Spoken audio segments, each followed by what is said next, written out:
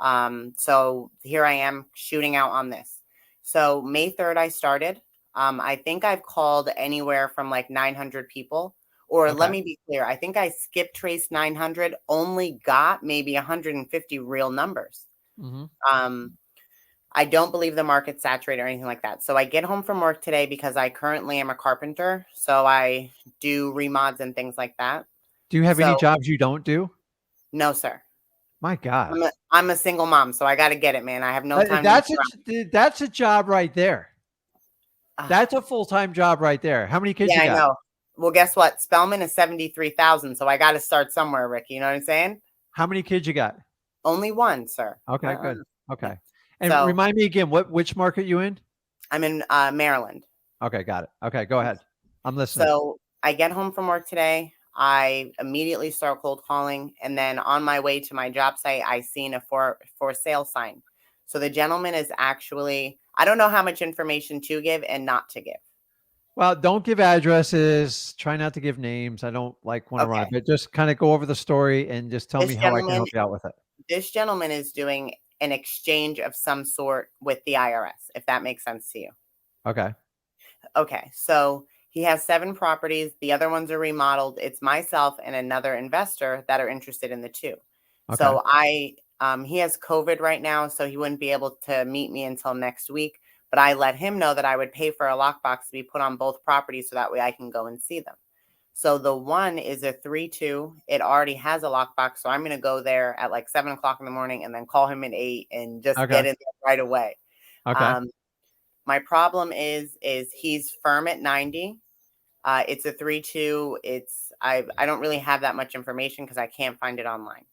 Okay. Comps in the area, like Zestimate is saying 97.1 and Redfin says 117. Okay. So like I'm not really sure what other information I'm pulling to be able to get that max allowable offer in besides like um I know what I need to change my situation, but I know that I don't care to lose the deal at this point. You know what I'm Okay. saying? Like I've So, worked really okay. So I want you to understand this. Shawnee's, right? yeah. Okay. I'm here to tell you, everybody got to understand wholesaling. You will not take down every deal. A lot of this is, if you equate it to baseball, Mhm. a person that goes in the Hall of Fame swings a 350 batting average. That's the best of the best. That means 70% of the time they're failing. Okay. I used to get in a little bit of trap my first 2 years. I tried to make every deal work, and it cost me some serious pain because I Mhm. got stuck with properties I couldn't move. Okay. Right. The one thing is, if you can't make money, you work for free in this business. Right. So sometimes you do have to let stuff go. And I'm just here to tell you. And sometimes you get better deals. You can't chase sellers. Mhm. Even though God in every fiber in your bone wants to do it, especially your first few deals, and you actually have to do the opposite mentally with them. And it's tough because it Okay. goes against everything in your grain. I want. So here's the reality is, you want the property, but you don't need it. Okay. Right. It's the truth, but you got to kind of let that person know it. So you're competing with another um, investor. So a lot of these properties, you can look at the clues. I'm going to tell you the good news, bad news with a guy or gal that owns 7 properties. So he's probably trying to do like a 1031 exchange. Does it sound That's familiar? that's what he Okay. said. So do you understand what a 1031 is? Yes, he's trading something for something, but he has 14 properties in total. Correct. So he has to go find a like-minded property that has to match it, and he gets X amount of time to earmark that property, or he has to pay the full taxes on it. If he finds a property to exchange it with, he doesn't have to pay the capital gains on it. So they like to do that. So here's the bad news. Somebody who owns 7 properties, they're a little bit more savvy, especially with a beginner investor, and they will mess with you. And I'm just going to save you like on this. So I had somebody on here yesterday. It was only he had 7 lots. So I was like, man, is this the same one? It's not. Um, I always tell people, if somebody came to me with a package of 23 houses. Now I have the ability to take them down and fund them, but I remember in the beginning, I used to spend, I'm not kidding you, I felt like I spent 15, 20 hours working on comps and visiting and comps. In the end, they never did a deal with me. They actually used me like a wet rag, and I learned. These people are sophisticated and they will use you. And unfortunately, it is part of the learning experience. But I'm just telling you, if somebody has 4 or more properties, they are more of an advanced investor, and you need to have your guard on, because I get it. You don't buy the properties, it's a learning experience, but I don't want you to waste time with them. I find if you start and they'll go, listen, give me an offer on all of them. It's No. complicated. Yeah, He yeah. he said he would only sell one to me. He's Okay. only So looking if he to wants sell one. 90 and the property comps somewhere probably between 110 and 120, did he give you any condition idea on the condition of the property? No. Okay. So here's the wild child. Don't try to force comps. Come up with a range. I think you already kind of have it, because comps are comps. You can't manipulate comps. So many investors go, I'm just going to pick the high comp and I'm going to ignore it. Like, you will get spanked in this market if you do that. So find the range. Honestly, before you put any more effort in it, go look at the property, because the interior is going to tell you if you're on or not. If that thing's in bad shape, you can't do it at that price. If it's in really good shape and you know how to hustle, I think you'll be really good with cash buyers. You'll do So fine.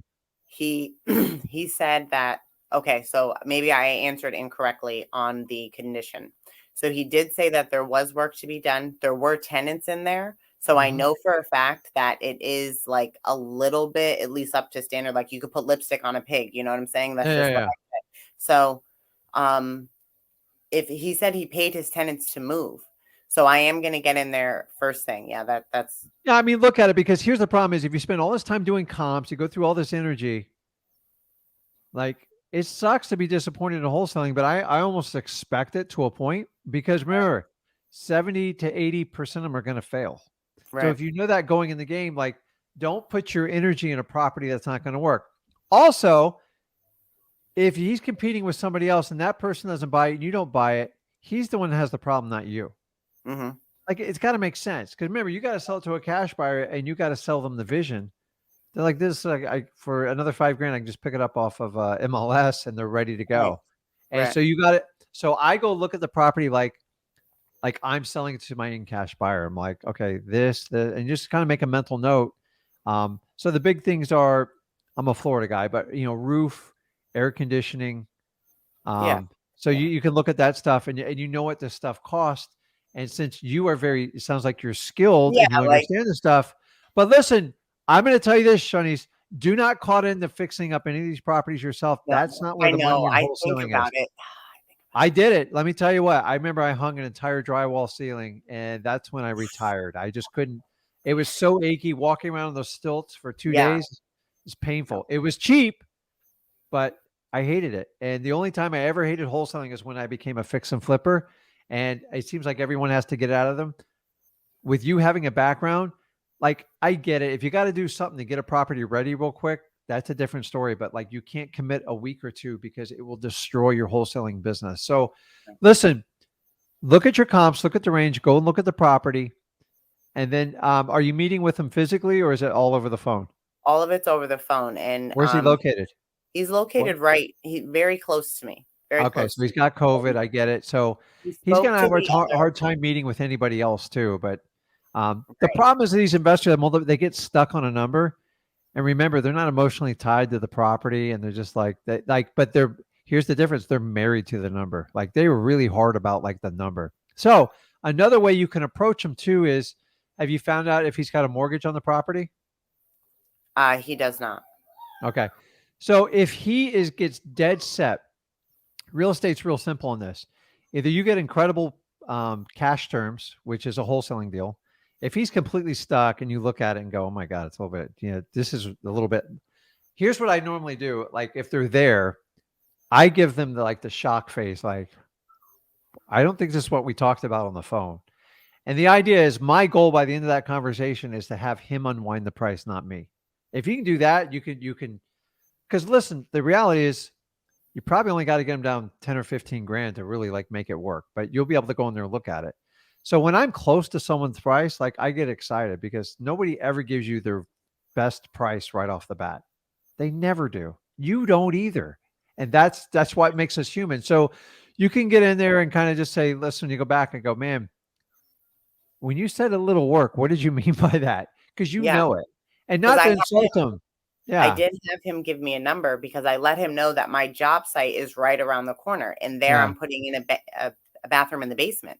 So when Yeah. he said 3.2, I'm like, wow, like Yeah. it already comes like that. Great. But he said that he told the other investor, send me your contract, I'll sign it, and he never sent it. So he said, I'm not married to to these properties. You send me a contract, I'll sign it. But No, I but asked, there's got to be a reason. So if the number's not working out, I just ask and I go, how many contracts have you been sent on this property?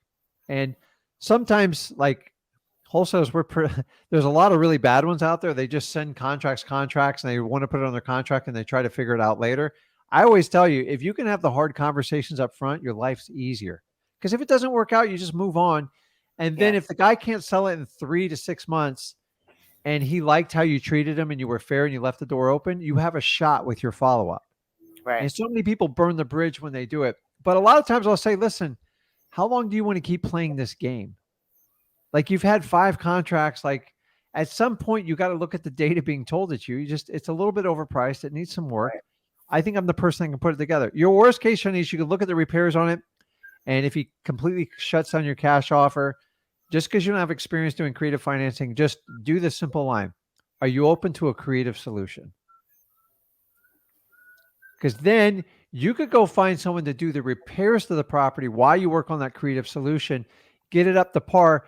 I'm not talking about doing novations. I don't do novations. I don't believe in them. I think a novation is a canceling of one agreement to replace a buyer. It's an advanced strategy, and you do not want to start out doing those. But Okay. you're just asking, well, listen, if we can come to some sort of arrangement where maybe we can get someone in here to do the work to get it up to par, then I might be able to give you this better number. If you give me a few months to put it together and then come up with like a structure, he's not living in the property. You just No, want to open the door, and then if he opens the door, you get on these lives. I'll help you out. Send me a message, and we'll help you out best we can. But that's how I learned creative financing, guys. When people wouldn't take my wholesale offer, I would change my hat and go. I kind of walk away. I go, wait a minute. Are you open to a creative solution? And either they're going to go like this: get the heck out of here. I don't do that stuff. And they'll go, okay, yeah, that's what I thought. I go to the third party, or they go, what are you talking about? Like, what do you mean? I go, well, listen, you've tried to sell it to like every investor in town and nothing's right, worked out. What if I thought outside the box? I guarantee you a positive outcome and I make it a win-win situation. Is that something we can discuss? right. Because, well, what do you think? And I go, well, let me look around and ask you a few questions. And that's when you go, do you have a mortgage on the property? How long have you owned the property for? And just kind of stuff like that. And then you could orchestrate, like you know what the repairs are going to cost. You could do some like really good things. So I'm going to put this up here while you're on here. Okay. Okay. So I'm killing 2 birds with 1 stone. So Bosco asks, what's wrong with novations? I'm just here to tell you, novations is this sexy little technique that is being rewrapped and regurgitated in the wholesaling. It has nothing to do with wholesaling. I'm sorry. Okay. A novation is not a contract or an agreement. A novation is a technique. You cannot, it's never one document. That's a complete lie in this business. So I've done novations before. They happen naturally and they take experience. And if you start out and you say you buy a novation course or something like that, understanding you are going to partner up with a delusional seller. And if anything goes wrong, you are going to be held 100% accountable on all acts, and stand in front of a judge and explain to him that I did this contract, I replaced it with this done. I made him sign a power of attorney. I recorded a ridiculous lien against the property. You are going to get eaten alive. Let me tell you, I've seen novations attacked in court 10, 15 years ago, and homeowners, the courts look at homeowners as the victim every time. And if the homeowner doesn't understand what you're doing, you can't do it. I'm just telling you guys, if you want to do innovations, do them. It's an advanced strategy. A novation is a replacement of one contract with another. It's not anything else. Remember, you got to record liens. You got to do power of attorneys, very, very advanced stuff. And remember, if a homeowner is not happy with what they get in the end, who are they going to come after? You. And that sounds like a headache. I've done them before and I don't enjoy them because let's face it, the reason why you're doing innovation is why. the homeowner's unrealistic in the price they want for the house. So you understand on the contracting side, when you put a lien on the house, you have to be a professional about it and do it correct. So here's what I'm telling you is look at the condition of the house and go forward to see what you can do there. And if he completely closes the door on you, like it's not going to work out, just say, listen, are you kind of like tired of playing this game? He's like, what do you mean? And just say, listen, you open to something like creative and just see how he reacts. Either Right. in my experience, it's either a positive or negative reaction. Sometimes with investors like that, they go, get that stuff out of here. I'm not playing that game. I'm like, okay. Yeah. And then you just kind of wait. But here's the really cool thing, Shawnee, is if he blows you off and this other person, that means the property's going to sit around forever. Do you think prices are going up or down over the next 12 months in So this economy? I also day trade in the morning. Oh my So God. no, seriously. So I That's trade a dangerous job, man. Cause no I've listen. literally, So I oh, just trade. Let me not. I'm not an Einstein. I just trade 2 inverse ETFs and that's it. okay. 100%. Like I'm Okay. not an Einstein here. Okay. Okay. So I'm sorry. That's my pug. He's like ridiculous. That's okay. So here's my my last 2 questions are Go ahead. okay. So as we've stated, I know sales. So it takes 200 phone calls to get 4 yeses and 4 appointments. 2 of those are going to cancel. One of them is going to say no of the 2 left, right? Uh-huh. How many leads do I need to skip trace? Because I want 100K in 60 days. My son did it in high school. I'm just Okay. telling you. Hey, So guys, how many everybody makes it sound like it's so tough. It's really No, not. no, I don't think it's hard at all. I think you have to dedicate to the phone. I Like agree. Jordan Belfort said, if your wife's gonna leave you, pick up the phone. If I I can't agree. afford lunch, I gotta pick up the phone, man. I I don't get know it. what else to say. So how many leads would you say? Because I only drive for dollars. I only call vacants right now, like liens that are not owner occupied, like vacant properties. How many would you say I need? And then I only have one more question because I know there are like a few other people here. So it's hard to nail a number down because it's based on people's experience, their Just market. ballpark it. I wanna just hit a wall. You know what I mean? Like when I pick up So the what's the phone, most amount of cold calls you've made in a day? oh my God. So one, I'm not using a multi-dialer. I So get it. I'm just using Grasshopper. So it's about 70. Okay. Um, on average, I'd say you're going to have 500 contacts to get a contract. On average, guys, I'm going to be honest. I've watched people do it in 50. I've watched people do it in 10,000. Like it averages out. The key here is consistency and keep an eye on technology. Shanice, you're going to be better at this than me, but there are some tools out there. I've watched like the from the Mojo and all these different dialers. They Man, it gets confusing, man. I watched a 6-line dialer. I'm just like, who? I couldn't tell who we're talking to, and I'm telling you, here's the downside of dialers. They burn people out. It is very, very, very taxing. I get it, but I'm just telling you, people are like, oh, I'll get a 5-6 line dialer. I go, you've never done it before because you have no idea what that entails. Don't Yeah. ever go past a 3-line dialer because you would have to be non-human to talk to that many people. Now, if you can get it and it's reasonable and you can make it work, then that's great. You're really good at talking to people. The idea is to get the best quality list and talk to people and be as efficient as possible. I personally, the days of calling 10,000 people, this stuff's over. It's Yeah. overplayed. It's expensive. What's your time worth? All that data, you know what it costs. First, you got to get the list, you got to skip trace it, and then you got to call it. And if you're not doing it, you got to pay people. So I saw someone they go, I got they posted, I got a $44,000 deal, no details, no nothing, just a graphic. And somebody asked him, how'd you get the list? He said, I had 35 cold callers. I'm like, you just lost money. It's impossible, guys. You can't operate on that. So um, I love 500. cold calling. I think you're really good at it. Just what I need you to do is you just come up with a marketing plan and then do it on like an Excel spreadsheet, a Google sheet, and commit to it and do it because you got to run it like a business. And if you go, well, I only feel like making 20 calls today and tomorrow I'm going to make 70. So you Yeah. can have like weekly targets, monthly, quarterly. And once you do that, it changes the game and how you operate. So you're saying like if I'm driving for dollars, that's my marketing plan. I need to find X amount of leads. So driving for dollars is a method that's basically putting a list together. It's just a Okay, so technique that's for the getting a list. list. So So first you got to start with your list and then you just reverse engineer and go, okay, how many people can I humanly contact without driving myself completely crazy? Because You still got to take care of the kid. You still got to make income for your family, and you got to find that medium there. I tell people, like, I'm going to tell you, mostly Johnny, people hate cold calling. I'm not a cold caller. I I love suck it. at it. It's not my favorite.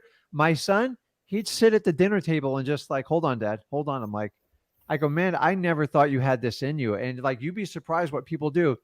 And I'm a direct mail guy, but that's how I started and that's how my confidence. But I was a door to door guy. Like I went, you give me 54 closures, I knocked on 4, and I would have to knock on 75 doors to get one deal.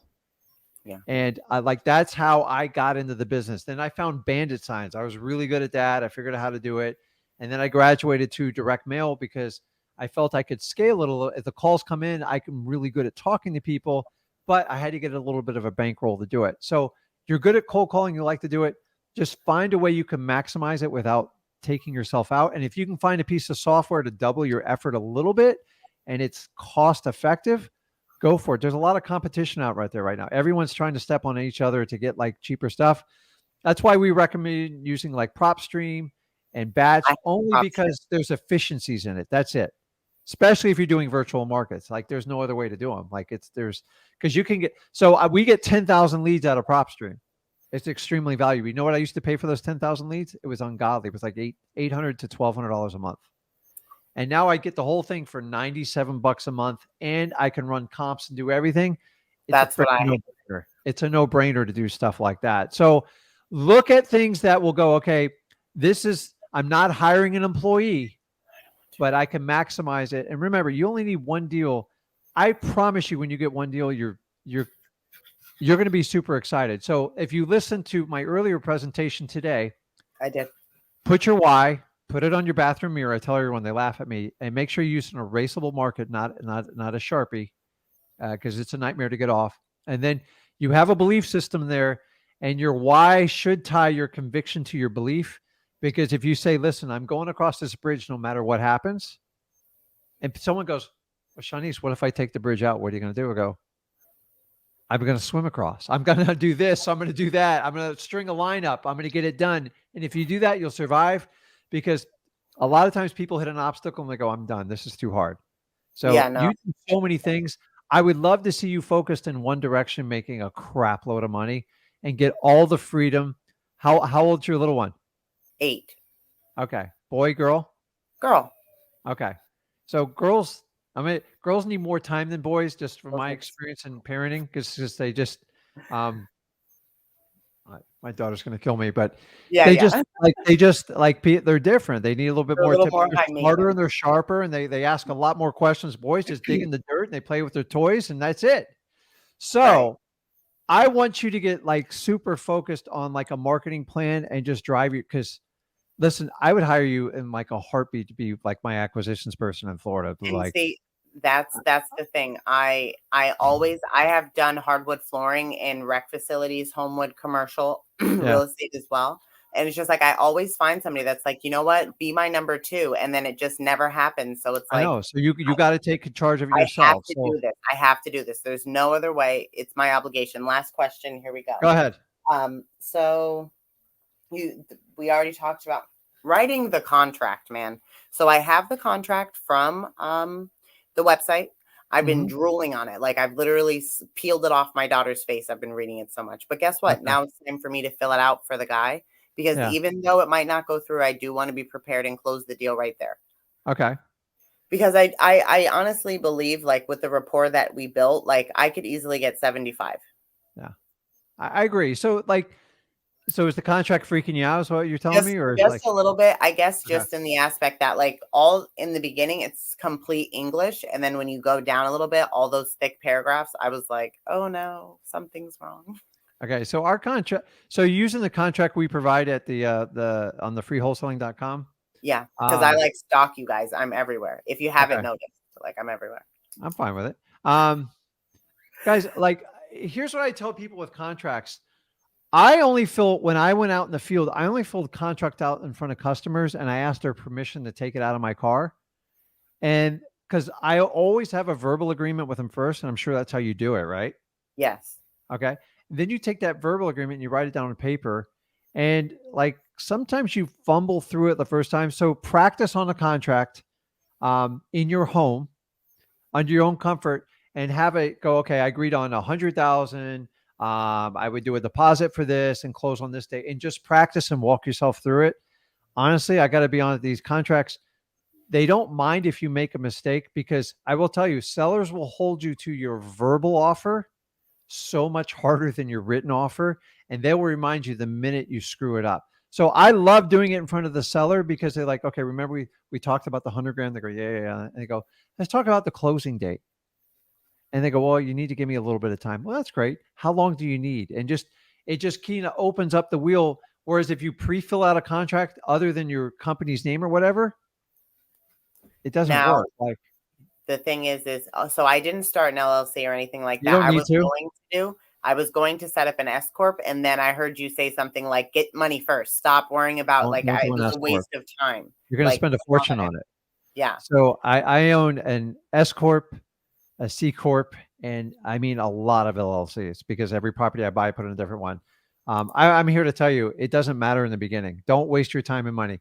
Your worst case scenario, if you want to, the worst case scenario is you get assignment made out to your own name and you wash it through your own taxes. The first deal or two is not going to break you. Okay. Yeah. Anyways, you need the money anyways. Number two, you can always, since your contracts are assignable, if you want to open up an LLC the day you assign that property and sell it, you can do it. Okay. It's no big deal. It's like really, really easy. And like in Florida, unfortunately, so many people are moving to the state. For me to open up an LLC, I went to open up one today. It's a 2-month wait. So just know if there's a wait. But Yeah. honestly, I have no problem going to other states, open up LLC. Oh yeah. Um, Yeah. Yeah. so those of you guys don't know, I've op- I've opened an LLC and I almost feel like almost every state. So Delaware was a big one, Nevada, but like don't do Nevada. It's just not worth it anymore. Wyoming is a wonderful state because there's no income tax there, and they held the information's private. You can't look it up. So if you want anonymity, you can do that. It's perfectly legal. But I do those for rental properties, so like the tenants don't try to harass the owner. So we Right. always have a management company that we have. We have an employee that manages it, and they're not going to try to call Rick Ginn, Zach Ginn, Right. my wife, and like. And by the way, I believe Wyoming is 125 bucks, and then it's like $99 a year. That's it. Like you Okay. get an article, and they give you an articles of incorporation. You should talk to a lawyer in the long run. But guys, the See, and LLCs, like it's not going to, your seller doesn't care. no, Obviously, no. they prefer you do it personally, but you want to have the option by the time you close, then you can assign it to your LLC if you want to do that for a tax strategy. But at the end of the day, if you're not buying and personally closing on the property, you, other than the contract itself, there's no liability because you're not buying the property. Yeah. Does it make Okay. sense? Yep. Don't you dare do an S corporation. It's expensive. No, no. Okay, so I'll tell you what, like legitimately in my goal of 3.3 million, I Uh-huh. know that like so one, right? That you said, what are you going to do if someone takes the bridge? Well, I would have said, "Hey, can you just hold on 1 second?" I would have ripped off their arms and then used those as oars to get me across. But in reality, it's like I wanted to be able to open it through a trust. See, I'm trying to do something No, I a know, but little, that's you know. so like my whole goal is just to get you 100 grand as quick as I can. That's Okay. it. The Okay. rest we have fun with. Yeah.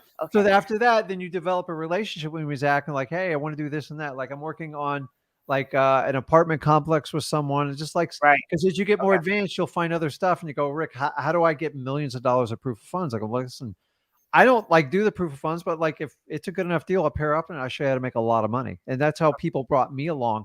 But I got to get you the first 100 grand. I love your Yeah. 3 million, but like go listen, 100 grand, like this is my strategy. Jump into the challenge we're doing in June because it's all about taking action and running Yeah, I'm through it. in your 90-day challenge right now. Yeah. I So started it when it yeah. came out, but I just shortened it because Yeah. I'm doing other things. And you understand how an LLC works, right? Yeah, absolutely. Sole Yeah, it just proprietorship. washes through your personal Yeah, taxes, and absolutely. as long And as I'm you not follow the double rules. taxed. I'm not Yeah. double taxed. It's So, very simple, which I get. so an Super. S corporation is a conversation you need to have with like an accountant. And Yeah. honestly, yeah, wait till you do a C Yeah. corporation. The I amount think of paperwork you have to do is like outrageous. yeah, The see, I amount of listened. reporting, it's like crazy. So it's Oh, okay.